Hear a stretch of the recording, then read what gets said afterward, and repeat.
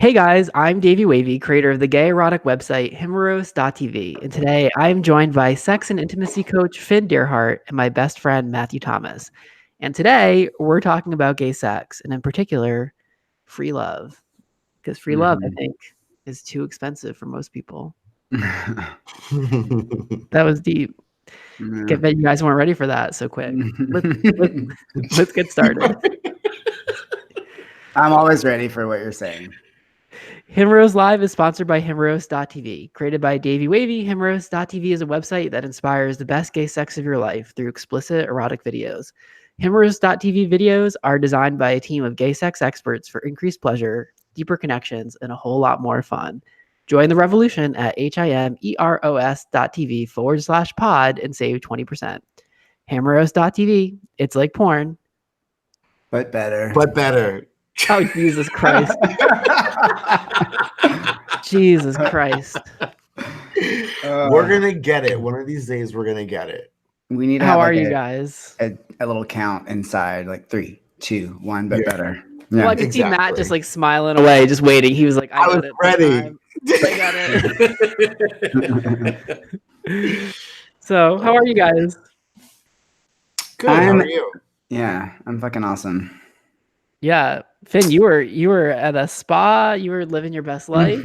I was. Yeah, I took today. I did do a bunch of work earlier this morning, but I like to do this like once a week. I go and just meditate and sit in the sauna and stretch and be in the environment like that. So Finn has to meditate. He needs that downtime. Do what? Wait, say that again. You need to meditate to be able to deal with Matt and I. I need to meditate to deal with my life and myself. I need to meditate to deal with my abandonment issues that flare like alarmingly frequently. Why haven't we done a video about abandonment? Because it's terrorizing to people. Is it too vulnerable? Do you think it's like too much of like a soft spot?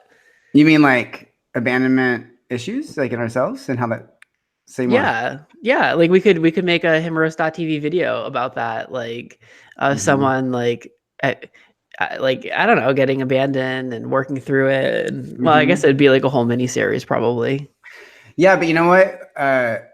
It shows up a lot in sex. I'm sure we'll talk about that a little bit more today. Yeah. Yeah. And Matt, how are you? I am amazing. Why? You are amazing.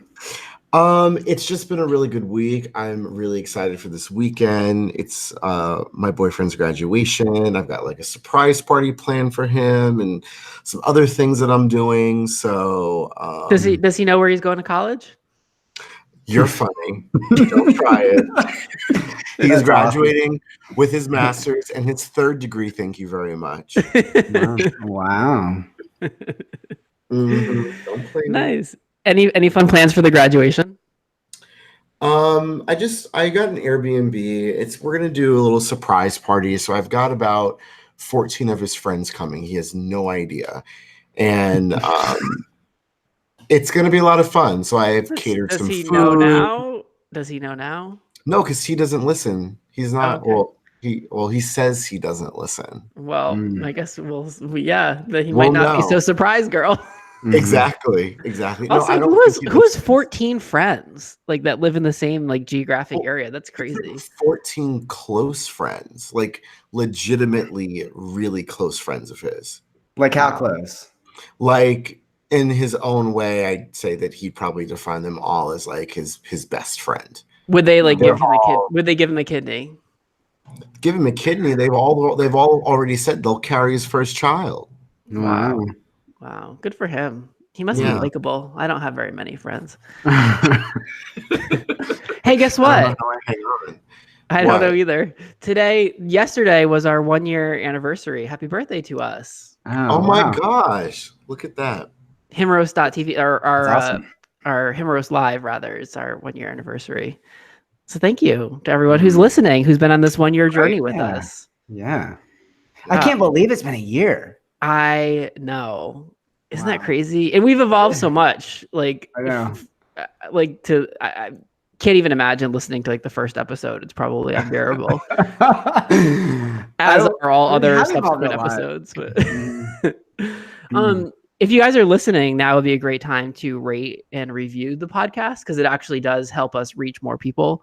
Mhm. And so all you have to do is click the button for how many stars you think that we're worthy and deserving of.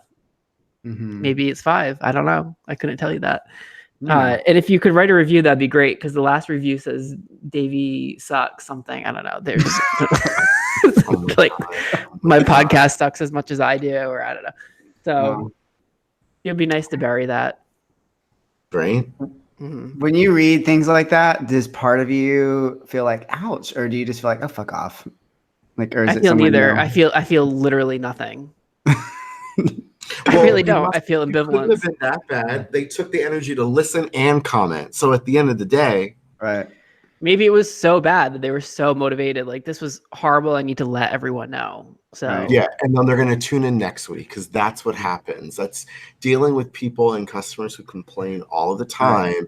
They make a big stink, and then they still show up again. Yeah. Yeah. Yeah. yeah, to your point, Finn, though, I mean, I've had, since doing YouTube videos for 12 years, I've had like every possible negative comment. Mhm.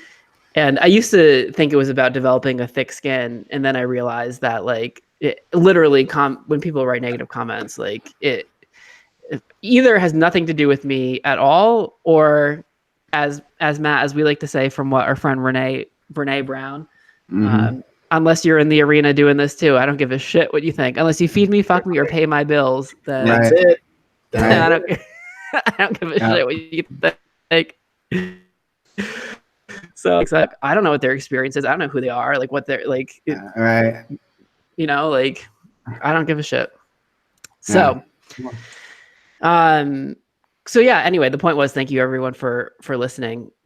This week I've only uploaded one video, but there's a second video I was supposed to upload that I haven't yet. I'll do that tomorrow, I guess. 2 YouTube videos. The one that I'm uploading tomorrow it's a little bit of a rant and rave, something that continuously grinds my gears. They're both about like free and open love and the theme of this week's Himeros.tv video. But by virtue of the YouTube content that I create, I get to, interact with a lot of gay men and gay couples that are in the public eye. Mhm. And what continuously irks me, just to spill a little tea here, is that many, many, many of these couples and gay men are in open relationships privately, but publicly Mhm. pretend that they are monogamous.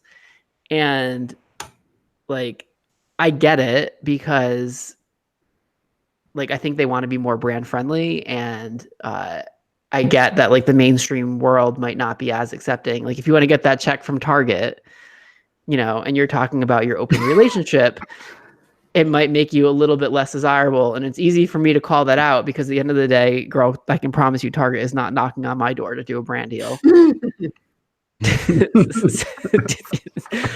So, easy for me to be all high and mighty about it. But the fact of the matter is, like, growing up, I had no positive examples of role models or people that I could look up to, healthy relationships that were open.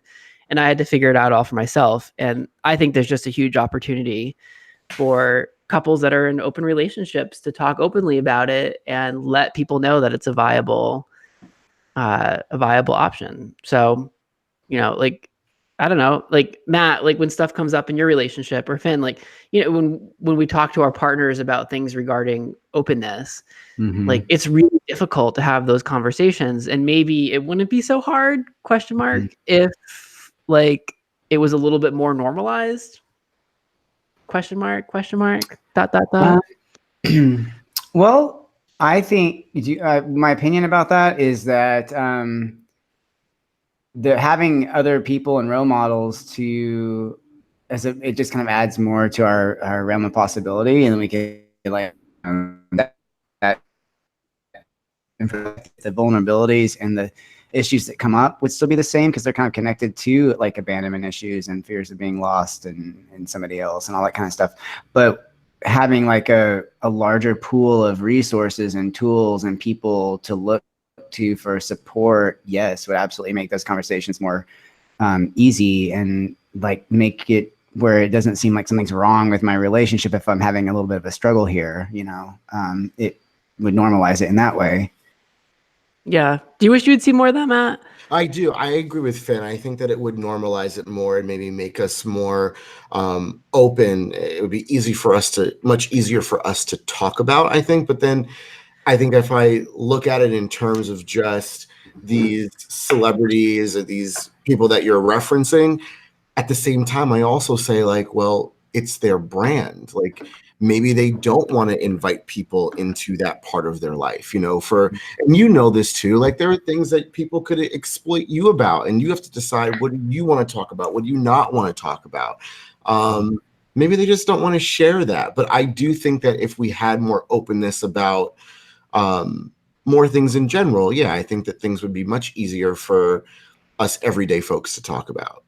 Well, you know what it is like, so I get what you're saying, and totally, like I get the brand aspect of it, and but I'll see instances, but they are choosing to share this aspect of their life in a way that's inauthentic. Like they do talk about their relationship, they do show that, like they are going there.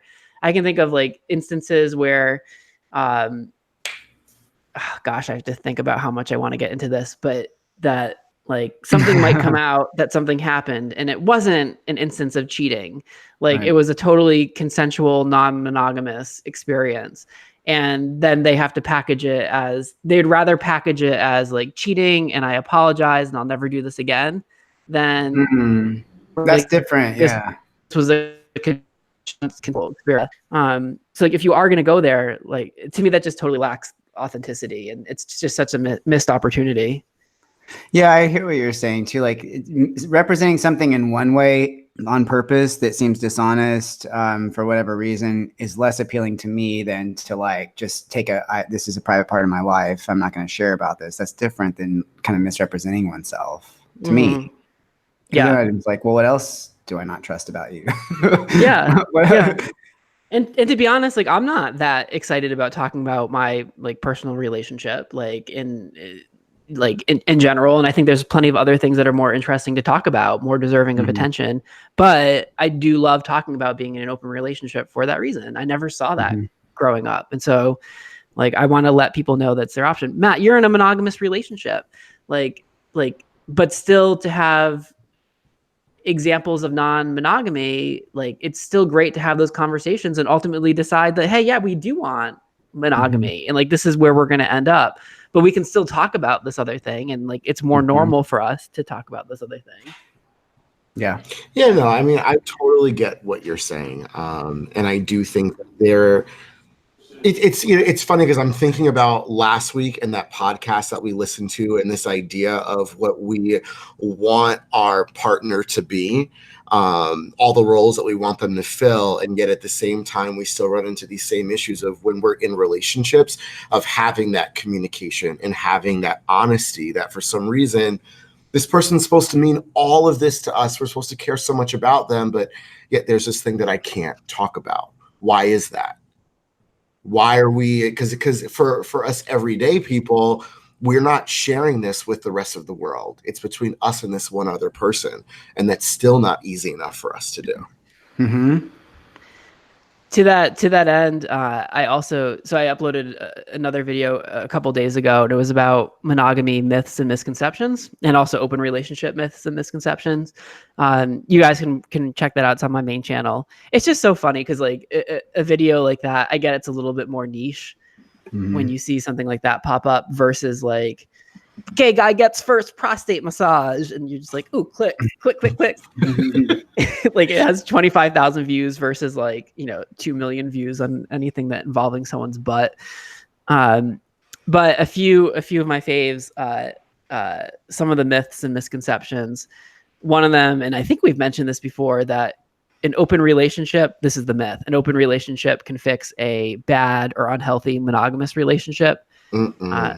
Right. Like when people think you see this, like a lot of times there's kind of this like Hail Mary pass of like, all right, let's try openness. Like that might save us. And girl, like if you have bad communication and like you guys are not on the same page in a fucking close relationship, Right. like that shit is gonna crash and burn. Like really.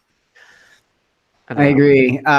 It's like I think of it like juggling, right? Like if I can't juggle a couple balls, I can't juggle 3, 4. So it's just like communication skills, like relationship skills. They're all things that we have some strengths in and some innate struggles in as well. And it's just like we need to be able to, even if we're in open relationships, really communicate honestly. And I know a lot of men that are in them that don't communicate honestly with each other. So just the openness aspect doesn't really help fix what they're struggling with on the inside, which is just being like open to a partner, you know, the fears and vulnerabilities of being in a relationship, period. Finn, how many balls do you juggle? You know, I've gotten to like 7 or 8. Wow. Big. Are they big juicy balls? I don't think that's what I'm saying. I'm just like, yes. Yes. Am I supposed to say yes to that question? Yeah, I don't know. Just getting a visual. Like, is 8 too low of a number? I guess, yeah. Well, 7. So one of them's like a uniball or a triple ball. All right, anyway, all right. Another myth would be open relationships don't have boundaries. I think what's fun about open relationships is that like everyone has a different approach, and there's a zillion different shapes that open relationships can take. And you guys get to navigate what rules work for you. And in Palm Springs, I've seen like 100 different constellations of openness.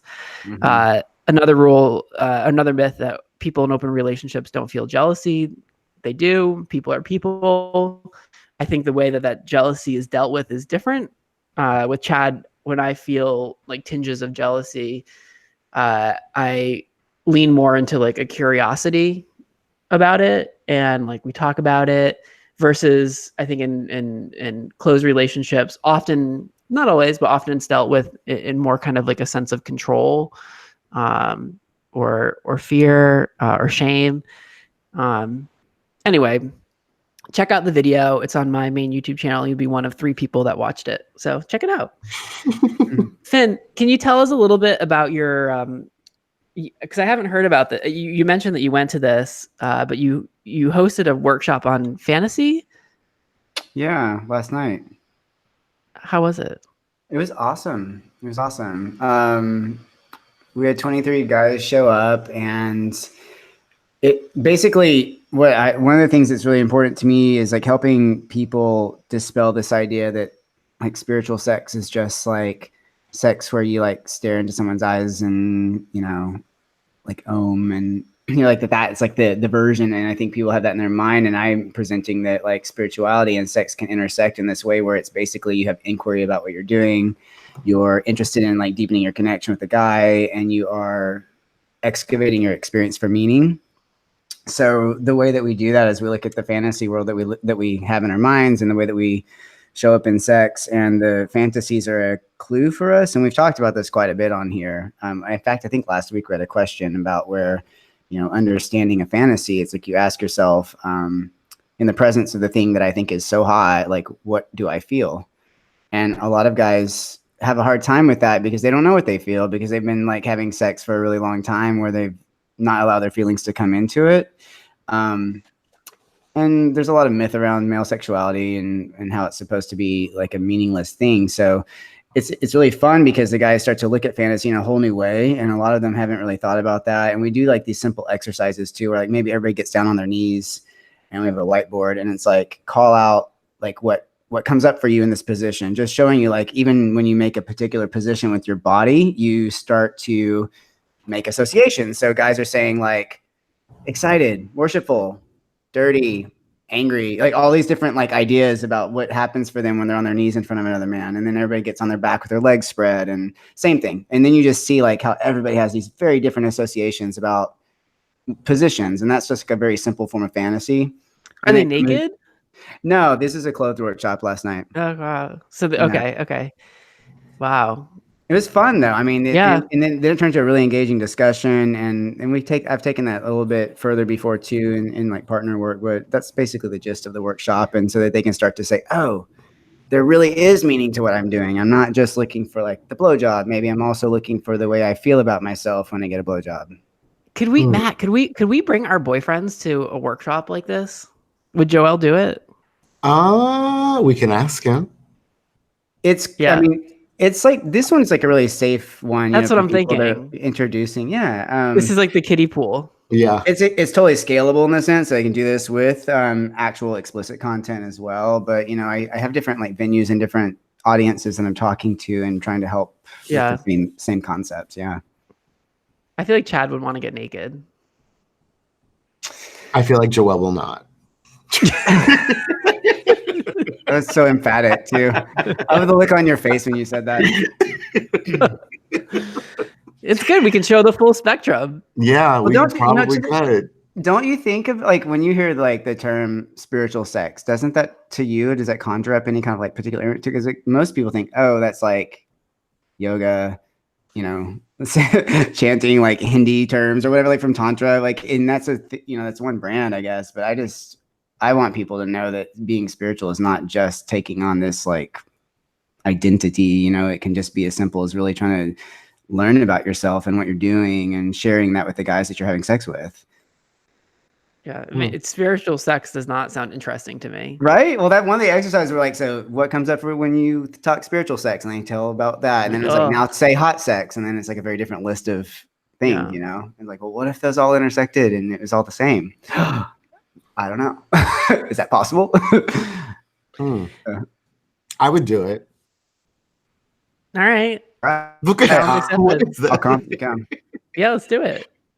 You're also, Finn, you're going to you're doing a session with Will Tantra with Sam, with your partner. Yeah. What are you going to learn in that? He is going to I'm excited. He's going to show us. First of all, who is he? Who is Will Tantra? Will Tantra, the extraordinary Will Tantra, is a man here in San Francisco. He's a performer. He is a Tantra teacher. He is fan of the pod. He listens in.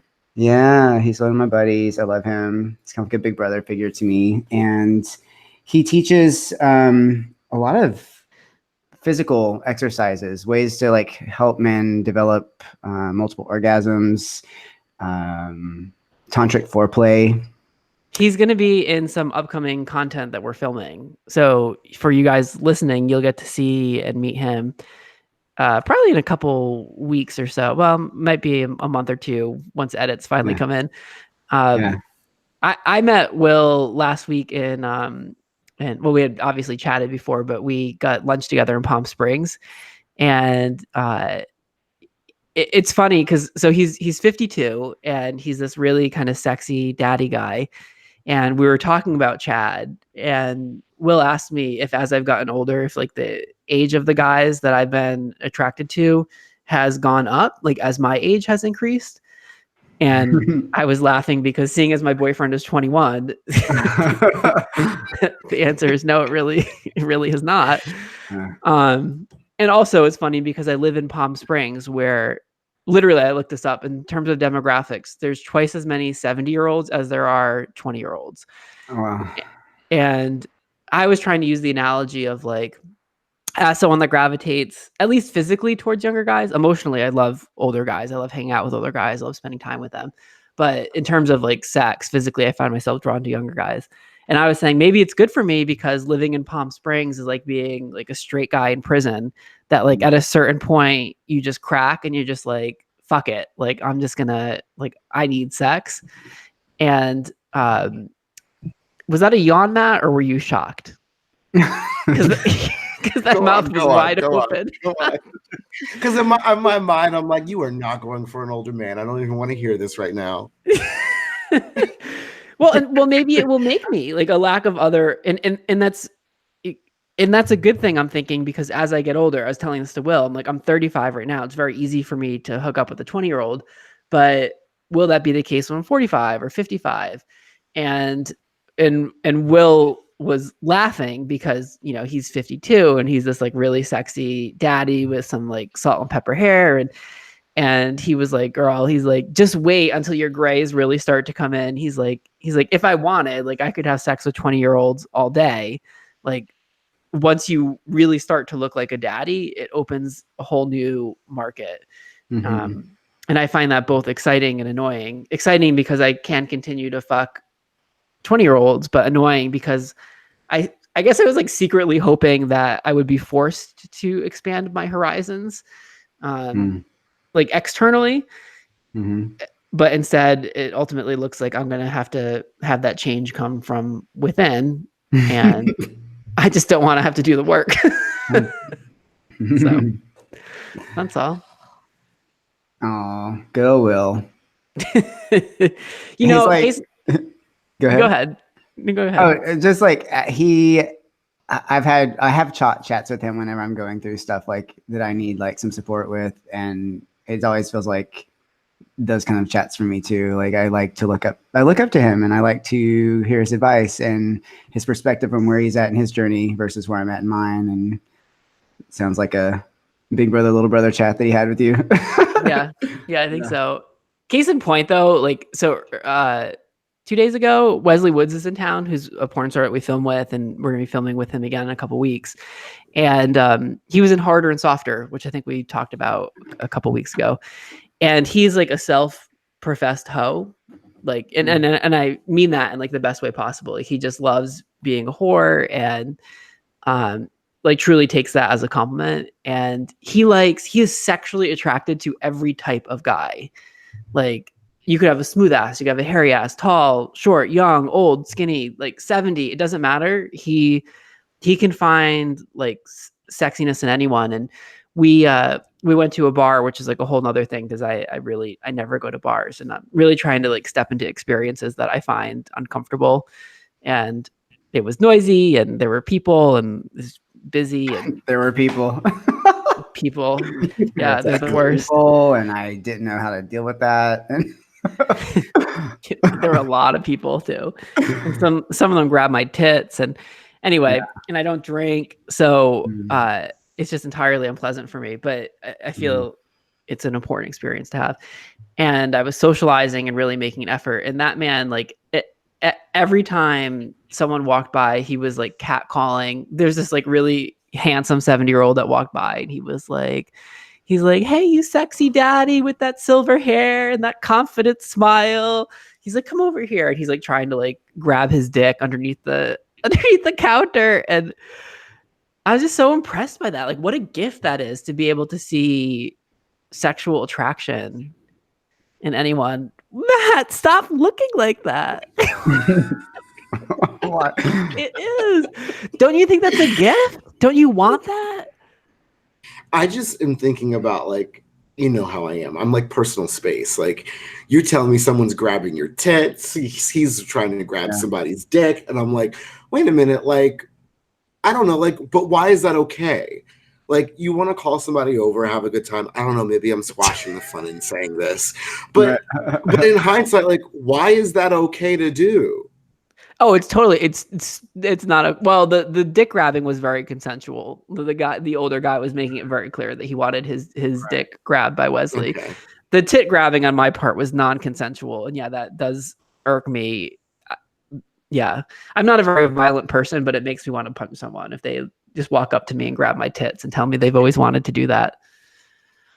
It's such a big assumption just to do it. I can't take that either. I don't like being touched unless I've invited it. Well, porn stars experience that we a little off topic. Porn stars experience this all the time. I mean, I see it when my gosh, yeah. When we're in public, because you show your body in a way that is sexual or like, people think that they have permission to touch you. And I get a little bit of that because my tits are always hanging out either on YouTube or on Instagram. And so people will be like, "Oh, I just want to see if they're real or not," and they like grab my tits. And so I can make this assumption that you belong to them, though, when they do that. Yeah, it's like, "Oh, I watch your videos. I can do this." Yeah, no, it's I'm not defending it. It's completely fucked up, and I like feel my like fist clench each time, and I'm like, "Can I hit them for that?" But anyway. Brad Amberhart, also one of the sex coaches that we work with, he also has the gift of whoriness, the gift of whore. And he says that as long as someone wants to have like ecstatic fun with him, he's down. I don't know. You guys don't seem particularly moved by that. I No. think different people have different reasons and different pathways that they're offering. I love what Brad offers. It's not my way though. I definitely don't feel. I just don't feel that it's true. I'm like, no. I share my sexual energy with people when I decide and with whom I want to entwine that energy. And I see the value in what Brad is doing so much, but it's definitely not my way. No. So I think we're conflating two different things here. Oh, okay. Like, I'm not talking about non-consensual touch. Like, like that's a whole nother. That was a side tangent that we went down. Mm-hmm. What I do admire about people like Brad or Wesley is that they are attracted to anyone. Like that they can. Yes. That they're down to play, and so. Like in a world that tells us that we should want this and we should want that tries to define our desires for us and often successfully does. Like, I think it's very admirable that someone can throw that out the window. Matt, what were you going to say? I would love to have Wesley on, honestly. Like, I would love to just learn his perspective, learn like even from the perspective of like a relationship, like when he dates, like what's like important to him. If he's attracted to everything, like I want to learn more about that. I'm very curious, but I do think that it is rare and it's refreshing to see that there's someone that's attracted to everything. You know, they're not turned off by a certain type of person or the the different hangups that we all have. You know, I think that's really cool. So while we were at this bar, a little side note, there were some British guys that were talking to us and they had no idea what either of us did for a living. And Wesley is just so open. Like, it takes a lot to shock me. And I was like clutching my pearls, like at times. Wesley was sharing stories and he was telling us about like how good his farts smell and how he loves like a piggy bottom that just like cleans his ass. And as much as I try not to yuck other people's yums, like if you guys have listened, you know that's just something that I really struggle with, like smells. And I really want to support everyone's kink, but we had just had Mexican food and I was just like trying to, my God. I was trying to keep it down and he's going on and on about his farts. And these British men are like, okay. Like, and he's going on. And then for some reason, it was somehow related to what we were talking about, but I was telling them that I had this experience where when I was Chad's age, I was flown to Aspen so that I could have dinner with this like rich guy and Bill Clinton. And it's this very like long story and it takes like 15 minutes to tell it. And when I finished, good story. Maybe we'll share it at some point if we have a slow week. When I finished sharing it, I looked at the British guys and I was like, oh my God, like, I'm so sorry. That was 15 minutes long. And the guy was like, one of the guys was like, he's like, well, I did finish my drink 10 minutes ago and I've been sucking on this glass for the last 10 minutes. And I was like, oh my God. And then he was like, what do you do for a living? And I was telling him that like, basically I like make videos where I talk about things. I'm a storyteller. This 15-minute monologue about eating sushi with Bill Clinton. And he was like, what the fuck is going on? Like, who are you? So maybe someday we'll share the sushi story. That's great. Mm-hmm. All right. Big announcement. Great. We have a big announcement, Finn. So this is a joint announcement that Finn, maybe you could explain a little bit about what we're doing. We have this little partnership to support the mental and emotional health of Himeros.tv models. Yes, we are going to be doing some session work, or I will be helping provide some aftercare session work with the guys around anything that was coming up for them in their experience, and also just to help direct them into other resources as they go forward after the projects, if they need any kind of support. And so this is really coming from like a need to better support the porn models that we work with in filming. And we're going to be offering them, a package of post-filming care that they can take advantage of for free that we're going to underwrite. And, my hope is that some of the other studios will do more to support the mental and emotional health of models, that maybe we're going to kind of raise the bar for other people to step in. Because like, it just seems like a lot of these models get like, it's just, it feels like you take, and no one's, you know, supporting the models and what they're doing. Yeah. All right. That's fantastic. Or for the, you know, like we've talked about this, legitimizing what they're doing. It's, you know, one thing for people just to take advantage of having porn on the internet, but to like not also assert that it represents a spot, you know, that's important in the public to support the people that are doing it so that you can enjoy it. Yeah. And I feel like if you work, you know, like if you have a desk job and you have insurance, why shouldn't you have, you know, support in the ways that I feel like there's a lot of things that need to be held and made space for the actors that are doing the work that they're doing and for what they're bearing for the public when it comes to sexuality. So they're aspecting a part of permission that a lot of people are not able or unwilling to even own in themselves anyway. So it's like a big space to explore. Yeah. Good stuff. All right, let's move along because I want to get to some of the questions this week. Yeah. But let's talk about this week's video. It is called Play Party. Features Calvin Banks, Adam Ramsey, Alex Mecum, and Max Adonis.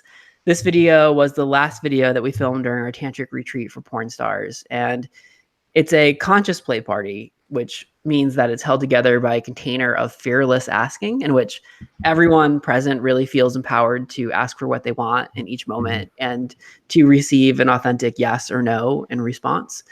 And after 4 days of workshops and filming, this was really the culmination of the project. And it was an opportunity for each of the models to really also demonstrate what they had learned during the project. And the video is basically 4 parts. It's like, first Calvin does a handstand with Max. They make out. They have their asses eaten. 10 points for creativity. Adam gets a massage. Finn wishes he was there to sniff his armpits. Yeah. And Alex gets fucked. My favorite scene in it is when Max gets tied to a chair at the end. Yeah. And Alex fucks him, and he just like sucks load after load from like Calvin and Adam in his hungry mouth. And I loved it. It's intense. Matt, what did you think about this video? Just the look on your face. I liked the video. I thought it was a lot of fun. I actually had some questions. Like, it wasn't shot and it wasn't one shot. There were multiple shots, right? You stopped and then they moved to like the next bed or the next area. How did you do it? Kind of. So it was in a yurt. So the yurt was round. By the way, if you guys go to himeros.tv, you can watch a preview of this, even if you're not a member. So the yurt is round. The camera was in the center of the yurt. And so we made basically like 4 quadrants. Would that be what it is? Like we divided the circle up into 4 sections where each thing would unfold. And so we would pivot the camera from one to the next. But we still had to get like close-up shots of like the action as well. So you will notice though that the camera does keep turning in the video from section to section. And then we went in and got like the close-up shots as the action was happening, and then they would move to the next section. I thought, I agree with you. I think the part with Max, I think when he gets tied up, that's the hottest part. I thought that was the hottest part of the video. And I love that it was, What? Would you ask me? I said, did you come? I'm on my no like jerking off to porn like you started. I started mine on Tuesday, so I'm just a couple days in, but no jerking off. This is going to be bad for business people. You can watch porn, just don't jerk off to it. Yeah, but I thought it was free. I thought it was like very freeing and fun. Like it was just fun to watch, and it just felt very authentic between the 4 of them. I really, I enjoyed seeing it. I got the idea of just like a celebration of love and of each other and just having a good time. Like I totally got that vibe from the video. I thought it was very well done. It was creative. And yet again, something I've never seen anything like that before. You know, you think about just like a 4-way or a threesome or whatever. And I don't know, like this it didn't have that vibe. I know like that's a title that you can make for it or for what was going on, but I don't know. It just had a different vibe. I thought it was well done. And Finn? I too loved it. I actually thought I was really surprised where it went. I didn't know it was going there, and when it did, it was exciting to me. It really did kind of touch on some of my own personal fantasy. So, Did you come? I didn't come. No, I'm actually holding my load anyway for our little tantric foreplay thing on Saturday night. So, but I actually, to what you were saying about whacking off to porn, like I watch the videos for like an inspiring, intake, and then when I'm pleasuring myself, it's for different reasons. Mm-hmm. I did forget to mention that because I'm sure curious minds want to know, this is like 4 weeks now into my no jerking off to porn. Which is continued. I did jerk off to porn once this past week, but what I did was I found this video that I like really wanted to come to. It was so fucking hot. Which and was it was like a gangbang thing, and it was just like, yeah. So what I did is I stood up while doing it. Remember last week I was talking about how I stood up in front of the mirror? So, and it's hard for me to come standing up. I'm not used to it. So like if I'm going to jerk off to porn, at least I'm going to do it in a different way. Yeah. So I stood up and did it. And so that was fun. Back to this video. I think this video is so hot. And I was trying to think about when I was writing notes for this podcast, I was like, well, why do I think it's hot? Like we filmed with these models before. I do think the models are sexy, but like what made this video so hot? And I think it's not so much like who they were or what they're doing as how they were doing it. Like there's so much connection between them. There's so much support. It's kind of like what you were saying, Matt, that like it feels like they're there for each other. Like they're really like showing up, and it is this like free expression of love. No one's getting enough. Like it's really okay. Adam wants a massage, an erotic massage. Like we're gonna give that to him, and like, this is like, and I'm here for it. I want this. Like I feel like I have this with Chad. Like what we're seeing in this video, like this kind of supportive, very like open love. But I want this. Like I want this for all of us, and like for gay men to support each other in the sex that I feel like this world really needs.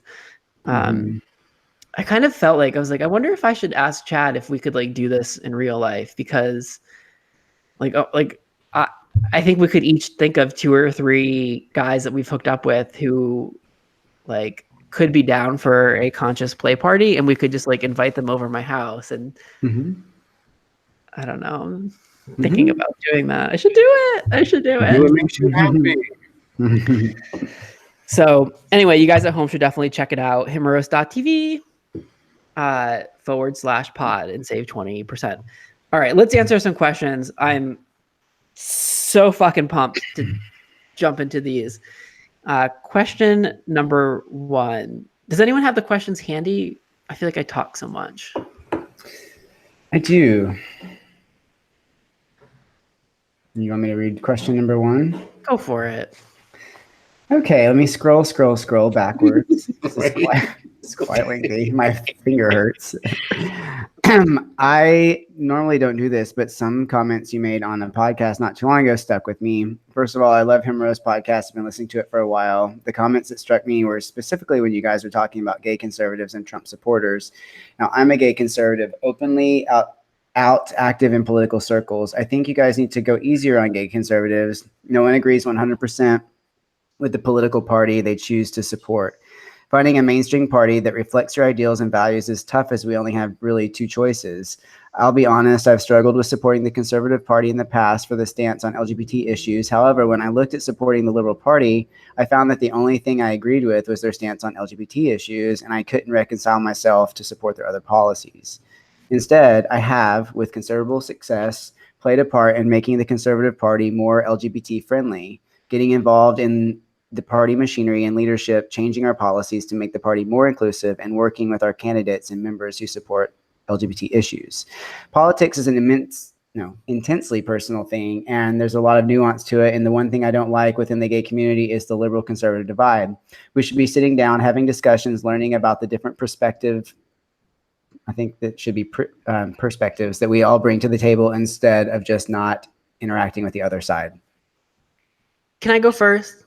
You do. You're like a I don't want stamping the ground. For the record, I mean, I think that it took a lot of courage to write this. I think that needs to be said. And regardless of what we say after this, I don't want whoever wrote this to feel like they're being attacked. That needs to be said because I could already see it in your eyes. Having said that,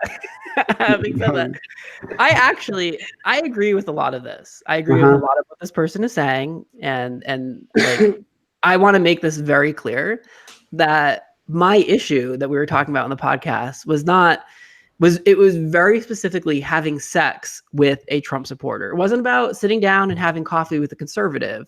It was someone who thinks differently.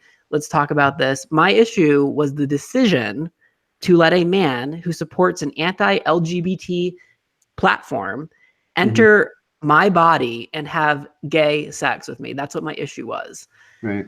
So let me just show some receipts. Let me show a few receipts. March 13th, 2019, the Department of Defense laid out its plans for the implementation of its ban on transgender troops. January 23rd, the Department of Health and Human Services Office of Civil Rights granted an exemption to the adoption and foster care agencies in South Carolina, allowing religiously affiliated services to discriminate against current and aspiring LGBTQ caregivers. May 11th, 2018, the Bureau of Prisons and the Department of Justice adopted an illegal policy of almost entirely housing transgender people in federal prison facilities that match their sex assigned at birth, rolling back existing protections. February 18th, 2018, the Department of Education announced it would summarily dismiss complaints from transgender students involving exclusion from school facilities and other claims solely on gender identity discrimination. September 7th, the Justice Department filed a legal brief on behalf of the United States and the U.S. Supreme Court, arguing for a constitutional right for businesses to discriminate on the basis of sexual orientation and implicitly gender identity. July 26, 2017, President Trump announced via Twitter that the United States government will no longer allow transgender individuals to serve in any capacity in the U.S. military. July 26, 2017, the Department of Justice filed a legal brief on behalf of the United States in the U.S. Court of Appeals for the Second Court, arguing that the 1964 Civil Rights Act does not prohibit discrimination based on sexual orientation or gender identity. May 7, 2017, the Department of Health and Human Services announces a plan to roll back regulations interpreting the Affordable Care Act's non-discrimination provisions to protect transgender people. April 14, 2017, the Justice Department abandoned its historic lawsuit challenging North Carolina's anti-transgender law. March 28, 2017, the Census Bureau adopts a proposal to eliminate demographic information on LGBT individuals in the 2020 census. February 22nd, 2017, the Department of Justice and Education withdraw landmark 2006 guidance explaining how schools must protect transgender students under the federal Title IX law. This is not an exhaustive list. I just picked a few. I just picked a few things to mention. Like, I can totally understand if someone does not want to have sex with a Trump supporter. Like, someone that is making it harder for LGBT people.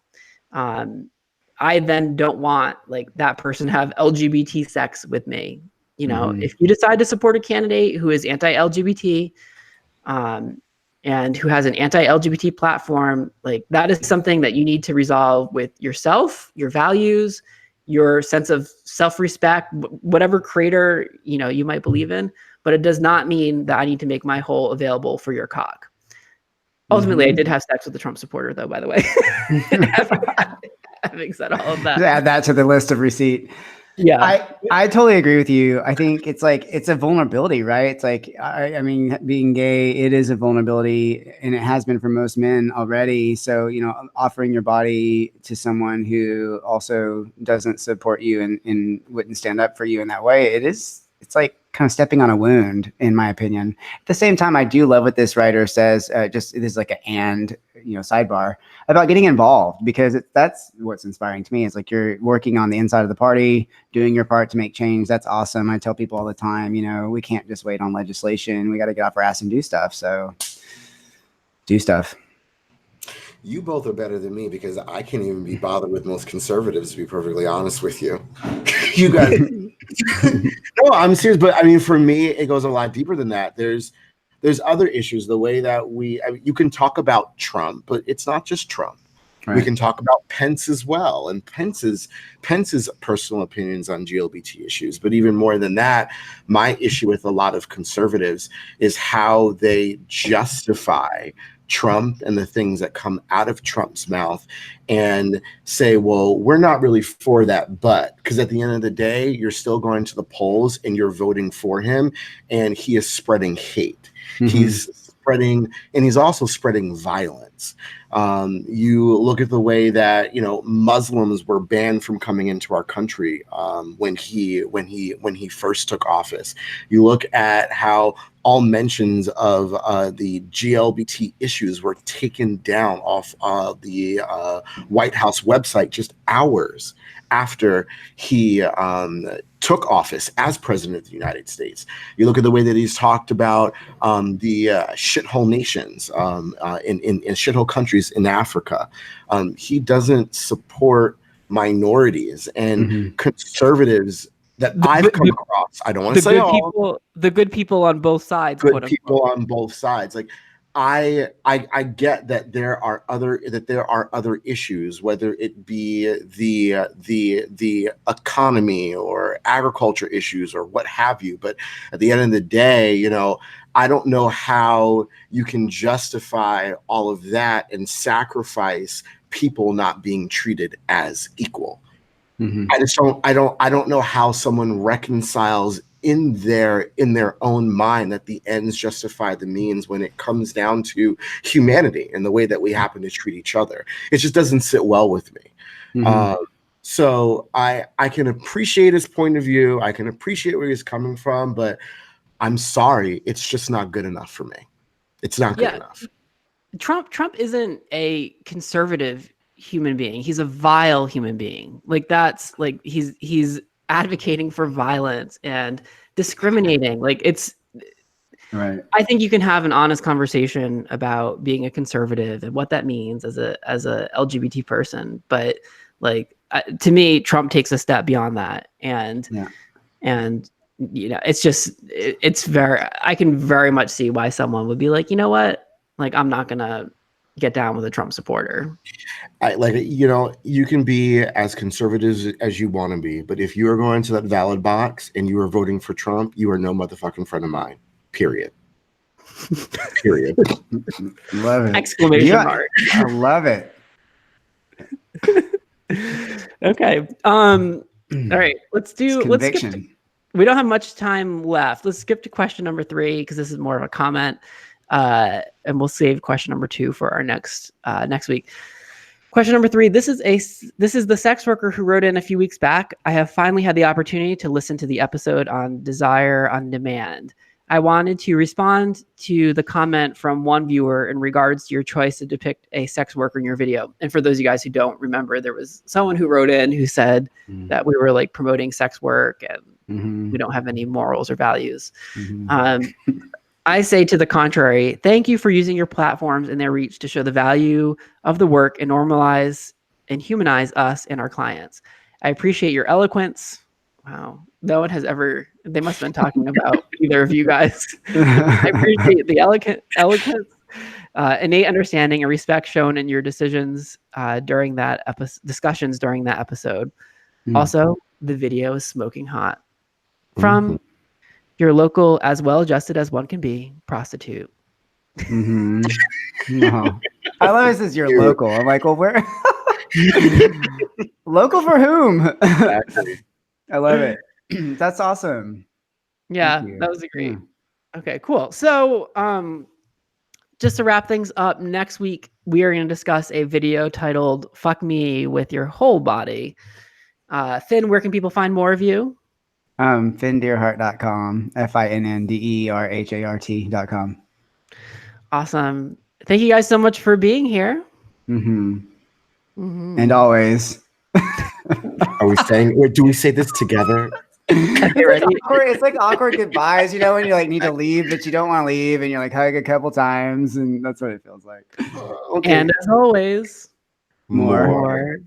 To Jesus come. fuck. Oh, Lord.